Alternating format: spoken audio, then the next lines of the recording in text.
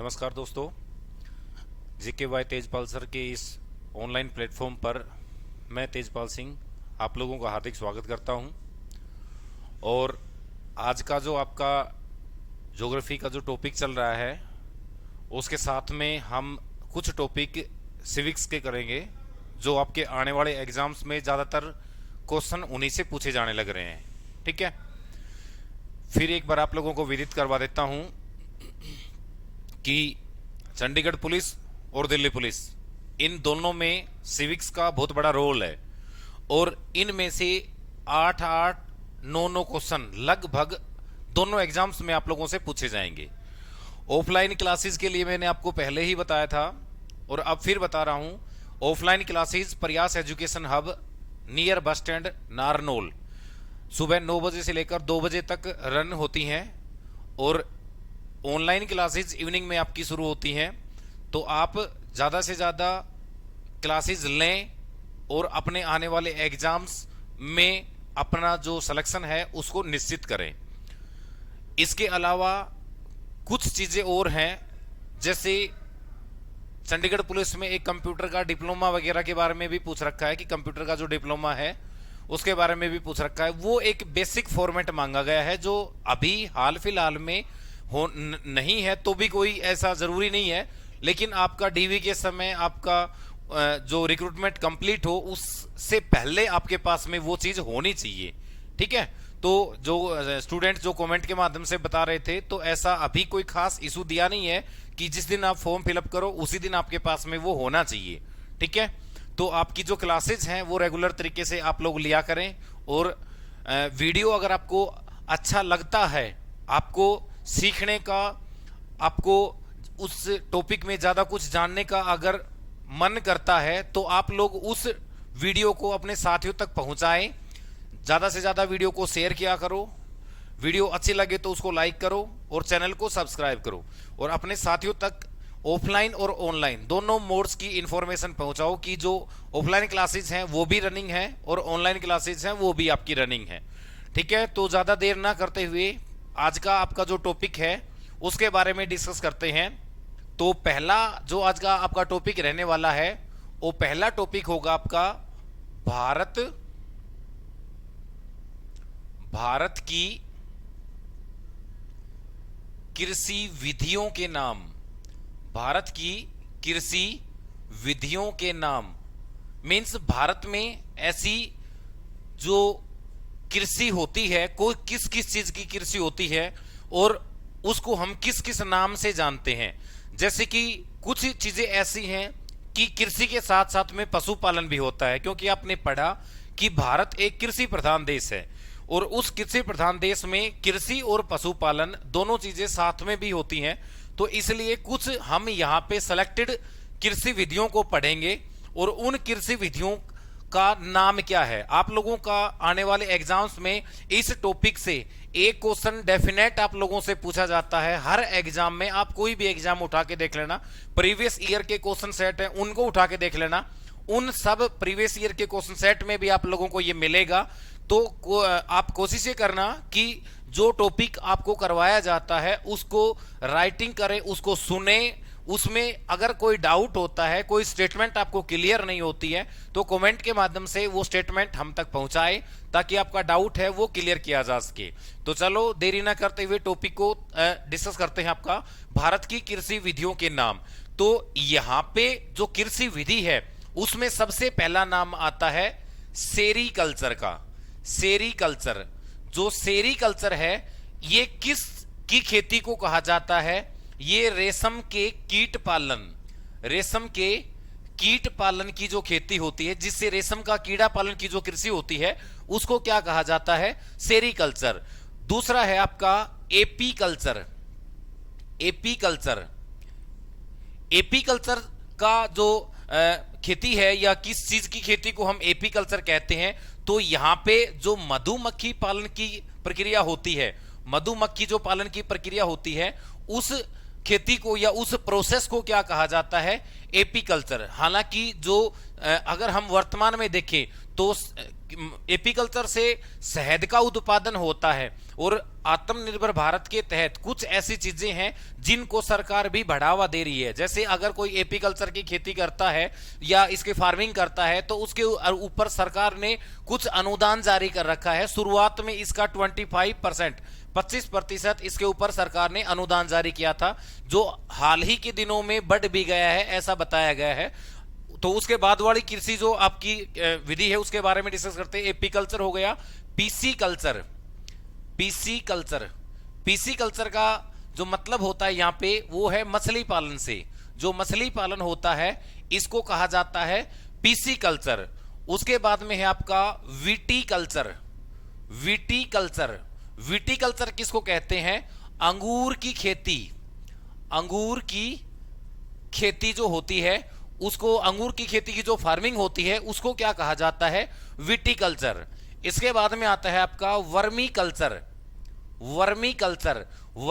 का मतलब होता है केंचुआ जो होता है, केंचुआ पालन। हालांकि इसका प्रयोग अगर पूछा जाए आप लोगों से कि वर्मी कल्चर या जो केंचुआ पालन क्यों किया जाता है, तो सभी को पता है कि उर्वरक बनाने के लिए इस विधि को अपनाया जाता है, खाद बनाने के लिए इस विधि को अपनाया जाता है। जो खेतों में हम खाद डालते हैं, जो आपका एक तो ये उर्वरक जिनका हम आयात करते हैं, जैसे कि पोटास हो गया, आपका नाइट्रोजनी उर्वरक हो गए, फास्फेटी उर्वरक हो गए, इनके अलावा जो अपना जो देसी, शुद्ध हिंदी में बोलते हैं देसी खाद, तो जो देसी खाद का जो प्रारूप बनता है वो केचुए से बनाया जाता है। इसलिए केचुए पालन की जो कृषि होती है उसको कहा जाता है वर्मी कल्चर। इसके बाद में आता है आपका फ्लोरीकल्चर। फ्लोरीकल्चर का मतलब होता है फूलों की खेती। जो फूलों की खेती होती है उसको कहा जाता है फ्लोरीकल्चर। यहां से नाम से भी पता लग रहा है फ्लावर मतलब क्या होता है भाई? फूल। फ्लावर मतलब फूल, और फूल की जो खेती होती है उसको क्या कहते हैं? फ्लोरीकल्चर कहा जाता है। इसके बाद में बात करते हैं आपका ओलेरीकल्चर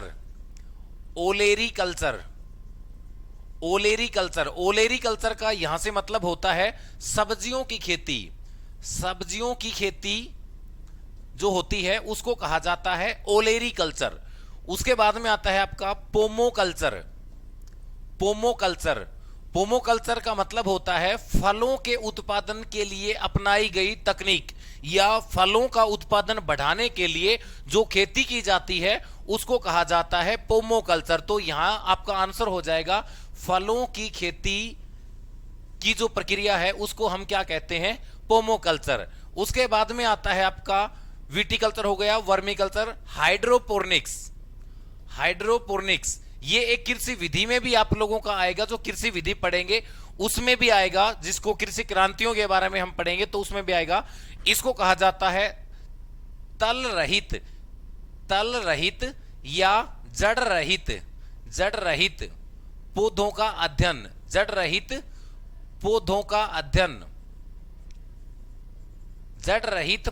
अध्ययन। वो क्या कहलाता है? हाइड्रोपोनिक्स। अब आप लोगों के दिमाग में क्वेश्चन आया होगा कि ऐसे कौन से पौधे हैं जिनकी जड़ नहीं होती है? तो कुछ ऐसे भी आपके प्लांट्स होते हैं जो पानी में उगते हैं, जिनको पानी की बहुत ज्यादा मात्रा की जरूरत होती है, या जो हमेशा पानी में ही खड़े होते हैं, उन पौधों को हम क्या बोलते हैं? हाइड्रोपोनिक्स। जैसे कि फॉर एग्जांपल एक आपका कमल का फूल है, वो कीचड़ में खिलता है, दलदल में खिलता है। एक आपका सिंघाड़े की जो फसल होती है, जो फल होता है अपने सिंघाड़े का, वो किस में होता है? वो भी पानी में होता है। तो ऐसी जो कुछ किस्में होती हैं जो जमीन पे ना उगने की बजाय किस पे उगती हैं? आपका पानी में उगती हैं, तो इसलिए उनको क्या कहा जाता है? हाइड्रोपोनिक्स। इसके बाद में आता है आपका हॉर्टिकल्चर। ये किसको कहा जाता है? बागवानी की जो खेती होती है उसको कहा जाता है हॉर्टिकल्चर। यहां से नाम से ही पता लग रहा है हॉर्टिकल्चर का मतलब होता है बागवानी। तो जो बागवानी की कृषि जो होती है उसको कहा जाता है हॉर्टिकल्चर। इसमें जो हॉर्टिकल्चर जो है इसके लिए भी सरकार ने हाल ही में काफी अनुदान जारी किए हैं। बागवानी को बढ़ावा देने के लिए सरकार ने कुछ छूट प्रदान कर रखी है। शुरुआत में सरकार ने कुछ चुनिंदा क्षेत्रों को इसमें शामिल किया था, लेकिन अभी अगर हम देखें वर्तमान समय में तो सरकार ने इनके उत्पादन को बढ़ाने के लिए, क्योंकि अगर बागवानी होगी तो वो जरूरी नहीं कि फलों की हो, उसमें फूलों की भी हो सकती है, फलों की भी हो सकती है, किसी भी टाइप की या किसी ऐसे पौधों की हो सकती है जो औषधीय पौधे हो, तो उनका जो अध्ययन होता है उसको क्या कहा जाता है भाई? हॉर्टिकल्चर। हॉर्टिकल्चर का मतलब बागवानी का अध्ययन। हाइड्रोपोनिक्स का मतलब तल रहित या जड़ रहित पौधों का अध्ययन। पोमोकल्चर का मतलब होता है फलों की खेती की जानकारी या फलों की खेती का अध्ययन। ओलेरीकल्चर, ओलेरीकल्चर का मतलब है सब्जियों की खेती का अध्ययन। और वर्मीकल्चर आपका केचुआ पालन की खेती का अध्ययन कहलाता है। विटीकल्चर आपकी अंगूर की खेती का जो अध्ययन है वो कहलाता है। पीसी कल्चर की बात करें तो मछली पालन को कहा जाता है। एपी कल्चर की बात करें तो मधुमक्खी पालन को कहा जाता है। अगर आपका सेरीकल्चर की बात करें तो रेशम के कीड़े पालन की जो विधि है या जो तकनीक है उसके अध्ययन को कहा जाता है सेरीकल्चर। तो ये आप लोगों का सिविक्स का एक टॉपिक था। उसके बाद में एक टॉपिक और डिस्कस करते हैं। टॉपिक का नाम है भारत की कृषि क्रांतियां। भारत की कृषि क्रांतियां। आप लोगों से एक क्वेश्चन इसमें से भी हर एग्जाम में पूछा जाता है। किसी एक कृषि क्रांति का नाम एग्जामिनर आपको देता है और आप लोगों से यह पूछता है कि इस क्रांति का संबंध किससे था, मींस किस चीज को बढ़ाने के लिए यह क्रांति शुरू हुई थी। और क्रांति का शुरू होने का मतलब एक जो रेवोल्यूशन का मतलब होता है कि जब ये चीज शुरू हुई तो इसमें एक बड़ी मात्रा में, एक्सेस अमाउंट में, ज्यादा मात्रा में किसी चीज के प्रोडक्शन में हमें उत्पादन में फायदा मिला, उसका उत्पादन एक लार्ज अमाउंट पे हुआ, उसको कहा जाता है क्रांति। तो इसमें पहला नाम आता है हरित क्रांति। हरित क्रांति, ठीक है। हरित क्रांति की जो शुरुआत हुई थी वो गेहूं और चावल के उत्पादन को बढ़ाने के लिए शुरू की गई थी हरित क्रांति। हालांकि इस क्रांति के शुरू होने से सबसे अधिक अगर किसी के ऊपर प्रभाव पड़ा तो वो गेहूं की खेती के ऊपर प्रभाव पड़ा था। और भारत में इसका जनक भी आप लोगों से पूछ सकता है कि हरित क्रांति का जनक कौन था। हरित क्रांति का जनक भारत में एमएस स्वामीनाथन को कहा जाता है। एमएस स्वामीनाथन को हरित क्रांति का भारत में जनक माना जाता है। अगर इसके अलावा बात करें कि संसार में, क्योंकि ये क्वेश्चन वर्ल्ड लेवल पे भी पूछेगा आप लोगों से, कि एक पुरस्कार आता है और उस पुरस्कार का नाम है नॉर्मन बोरलोग पुरस्कार। और यह पूछा जाता है नॉर्मन बोरलोग या बोरलोग पुरस्कार किस जगत में दिया जाता है। तो बोरलोग पुरस्कार भी कृषि के हरित क्रांति के जगत में दिया जाता है। और नॉर्मन बोरलोग जो थे उनको संसार में हरित क्रांति का जनक कहा जाता है। नॉर्मन बोरलोग को संसार में और एमएस स्वामीनाथन को भारत में हरित क्रांति का जनक कहा जाता है। उसके बाद में आपकी अगली क्रांति के बारे में पढ़ते हैं, नीली क्रांति। नीली क्रांति, यहां से नीली क्रांति का मतलब है मछली पालन। जो मछली पालन है उसको बढ़ावा देने के लिए जो क्रांति शुरू की गई थी उस क्रांति का नाम क्या था? नीली क्रांति। बेसिकली आपसे संबंधित राज्य का नाम भी आपसे पूछ सकता है कि ऐसा वर्तमान भारत में कौन सा राज्य है जो सबसे ज्यादा मछली पालन करता है या जो मछली पालन के क्रम में या संख्या में प्रथम स्थान पे आता है। तो जैसे भारत का मानचित्र आप लोग देखते हो कि भारत के मानचित्र के अनुसार जो दक्षिण भारतीय राज्य हैं या जो तटीय राज्य हैं, इन तटीय राज्यों में लगभग सभी में मछली पालन होता है। लेकिन कुछ चुनिंदा राज्य ऐसे हैं जिनमें मछली पालन बहुत ज्यादा मात्रा में या एक्सेस अमाउंट में होता है, जैसे कि आपका पश्चिमी बंगाल, वेस्ट बंगाल, जैसे कि आपका तमिलनाडु, जैसे कि आपका केरला, तमिलनाडु, केरला, आंध्र प्रदेश, तेलंगाना। ये जो राज्य हैं इन राज्यों में एक वास्ट अमाउंट में मछली पालन होता है। और उस मछली पालन को बढ़ाने के लिए कौन सी क्रांति भारत में शुरू हुई थी? वो थी आपकी नीली क्रांति। इसके बाद में बात करते हैं पीली क्रांति के बारे में। पीली क्रांति, भाई देखो, पीली क्रांति जो थी ये तिलहनी फसलों को बढ़ावा देने के लिए शुरू की गई थी। जो तिलहन की फसल थी उन फसलों को बढ़ावा देने के लिए भारत में पीली क्रांति की शुरुआत की गई थी। मतलब ये क्रांति किससे संबंधित है? ऐसी फसलों से संबंधित है जिन फसलों से हमें तेल की प्राप्ति होती है। फॉर एग्जाम्पल आपका सरसों की फसल, फॉर एग्जाम्पल आपका सूरजमुखी की फसल, सरसों की फसल, सूरजमुखी की फसल, तो इनसे हम क्या करते हैं, तेल निकालते हैं। तो जो जिन फसलों का जो संबंध था वो तेल के उत्पादन को बढ़ाने के लिए था, उन सभी को किस क्रांति में शामिल किया गया था, पीली क्रांति में शामिल किया गया था। उसके बाद में बात करते हैं, हरित क्रांति हो गया, श्वेत क्रांति, आपका श्वेत क्रांति। श्वेत क्रांति का संबंध अगर आपसे पूछे तो नाम से पता लग रहा है श्वेत, श्वेत का मतलब सफेद, और दूध क्या होता है भाई, सफेद। मींस दूध के उत्पादन को बढ़ाने के लिए, दूध के उत्पादन को बढ़ाने के लिए भारत में जो क्रांति शुरू हुई, उस क्रांति को क्या कहा गया था, श्वेत क्रांति। ये क्वेश्चन भी आप लोगों से दो प्रकार से पूछेगा। भारत में ये बोलेगा कि श्वेत क्रांति के जनक का नाम बताएं, भारत में श्वेत क्रांति किसने शुरू की थी। इसमें जो भारत में इसका जो जनक कहा जाता है वो बोलते हैं पीजे कुरियन, पीजे कुरियन। और पीजे कुरियन का संबंध आपसे पूछे तो ये भारत में केरल से संबंधित थे, पीजे कुरियन।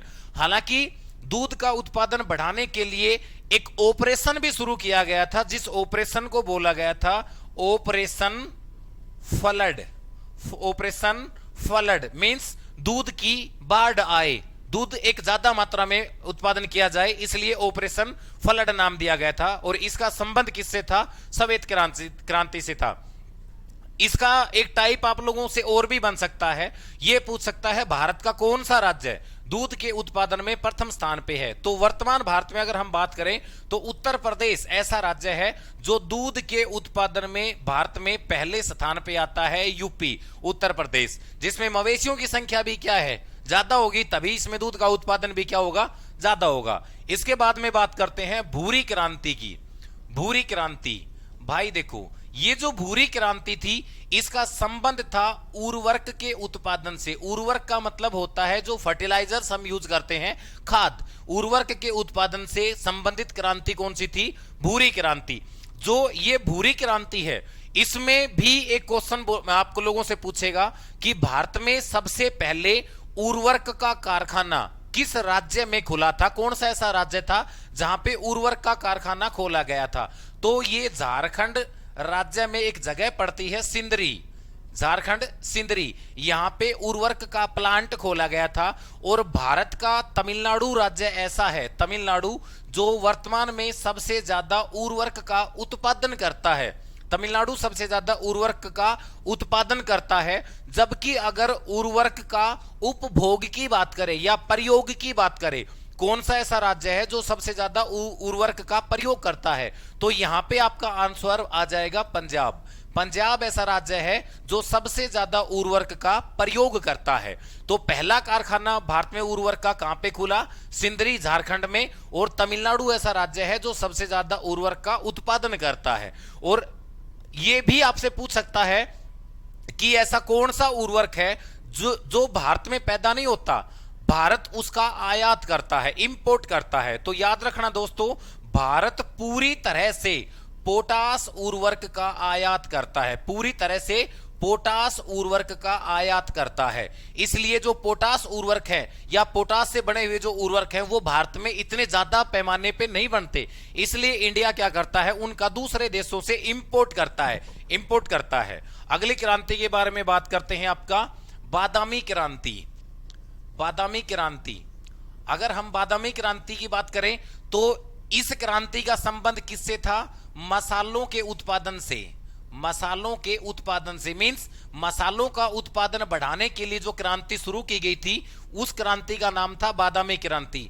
अगर वर्तमान में हम देखें कि भारत में जो मसाले हैं वो किस राज्य में ज्यादा पैदा किए जाते हैं, तो वैसे तो लगभग हर राज्य में थोड़े थोड़े मात्रा में पैदा होते हैं, लेकिन जो भारत के जो दक्षिण भारतीय जो राज्य हैं, इन दक्षिण भारतीय राज्यों में विशेषकर कुछ मसाले ऐसे हैं, जैसे आपका काली मिर्च, ठीक है, आपका लाल मिर्च, जैसे आपकी इलायची, इलायची, ये जो मसाले होते हैं, और भी बहुत सारे मसाले हैं जो लगभग दक्षिण भारत में एक ज्यादा मात्रा में, एक्सेस अमाउंट में पैदा किए जाते हैं। और यहीं से ये टॉपिक हिस्ट्री में भी कन्वर्ट हो सकता है कि जब पहली बार जो अंग्रेज लोग आए थे वो कौन से मसाले को खरीद के भारत से लेके गए थे, तो वो काली मिर्ची को खरीद के लेके गए थे। क्योंकि उस टाइम पे यूरोप के बाजारों में, यूरोप के जो देश थे उनके बाजारों में काली मिर्ची का इतना ज्यादा व्यापार नहीं होता, ट्रेड नहीं होता था, और वो भारत से लेके जाते थे काली मिर्ची को। अगली बात करते हैं सुनहरी क्रांति।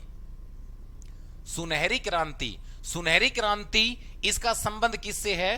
फलों के उत्पादन से। फलों का उत्पादन बढ़ाने के लिए जो क्रांति शुरू की गई है, उस क्रांति का नाम क्या था? सुनहरी क्रांति। इसके बाद में बात करते हैं लाल क्रांति के बारे में। लाल क्रांति किसको बोलते हैं? लाल क्रांति का मतलब है कि टमाटर की फसल या टमाटर और मांस, टमाटर और मांस, इनके उत्पादन के लिए, बढ़ाने के लिए जो क्रांति, जो रेवोल्यूशन शुरू हुआ, उस क्रांति को कहा जाता है लाल क्रांति। हालांकि यहां से आप लोगों का क्वेश्चन एक बार पूछा भी गया है कि भारत के किस जगह के ऊपर मांस अनुसंधान केंद्र, मांस या मीट रिसर्च सेंटर भारत में कहां पे बना हुआ है? तो उत्तर प्रदेश में एक जगह पड़ती है इज्जत नगर, ये बरेली में पड़ती है, जनपद बरेली पड़ता है, उत्तर प्रदेश बरेली, यहाँ पे इज्जत नगर। यहाँ पे 3 रिसर्च सेंटर हैं भाई, मांस अनुसंधान, दूसरा है पक्षी अनुसंधान, और तीसरा है फुटवियर अनुसंधान। फुटवियर मींस चप्पल जूते अनुसंधान। ये तीनों इज्जत नगर बरेली में पड़ते हैं। इसके बाद में बात करते हैं आपका लाल क्रांति हो गया, भूरी क्रांति, काली क्रांति। काली क्रांति का संबंध किससे है? काली या इसका दूसरा नाम कृष्ण क्रांति भी है, कृष्ण क्रांति। इसका संबंध है पेट्रोलियम के उत्पादन से, पेट्रोलियम का उत्पादन बढ़ाने के लिए। लास्ट टाइम क्वेश्चन ये पूछा गया था कि पेट्रोलियम को सार्थक शब्दों में क्या कहा जाता है? देखो भाई, ये 2 शब्दों से मिलके बना है petro plus oleum. Petro plus oleum. Petro का मतलब होता है चट्टान, चट्टान, और ओलियम का मतलब होता है तेल। मींस चट्टान का तेल ही क्या कहलाता है?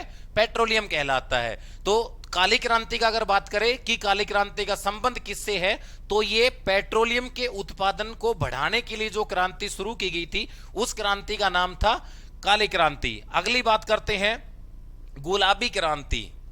गुलाबी क्रांति, गुलाबी क्रांति का संबंध है झींगा मछली के उत्पादन से, झींगा मछली के उत्पादन से।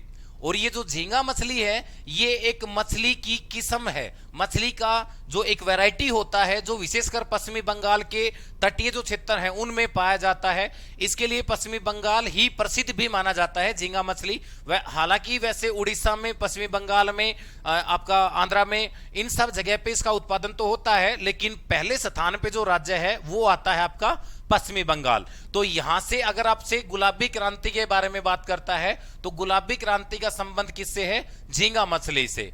इसके बाद में आता है आपका अमृत परियोजना। अमृत परियोजना या इसका दूसरा नाम भी है आपका नदी जोड़ो परियोजना, नदी जोड़ो परियोजना। तो ये किससे है? नदी या बांध बनाने से संबंधित है, नदी या बांध बनाने से। इसका दूसरा नाम याद रखना, नदी जोड़ो परियोजना, इसको बोलते हैं नदी जोड़ो परियोजना। तो इसका संबंध किससे है भाई? बांध बनाने से है। तो हमने कुछ जो सिविक्स के 2 टॉपिक थे, इन टॉपिक्स के बारे में हमने पढ़ा।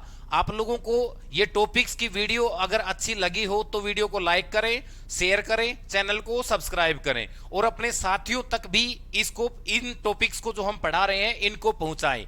मैं फिर से एक बार आप लोगों को बताना चाहता हूं कि ऑनलाइन क्लासेस हमारी पर डे रेगुलेटेड होती है, पर डे संचालित हैं। और ऑफलाइन क्लासेस के लिए प्रयास education hub, Narnaul bus stand के सामने, विजय हॉस्पिटल के पास, वहां पे आप कांटेक्ट कर सकते हो। ऑफलाइन क्लासों का शेड्यूल मॉर्निंग में सुबह 9 बजे से और दोपहर में 2 बजे तक संचालित होता है। तो आज की जो आपकी क्लासेस थी, आशा करता हूं आप लोगों को समझ में अच्छे से आई होंगी। अगर फिर भी किसी स्टूडेंट की कोई प्रॉब्लम रही हो, कोई स्टेटमेंट समझ में नहीं आई हो, तो आप कमेंट के माध्यम से हमें, हमारे तक ये पहुंचाएं, ताकि आपकी जो आपका क्वेश्चन है, आपकी जो क्वेरी है, उसको दूर किया जा सके। तो आज के लिए इतना ही, धन्यवाद।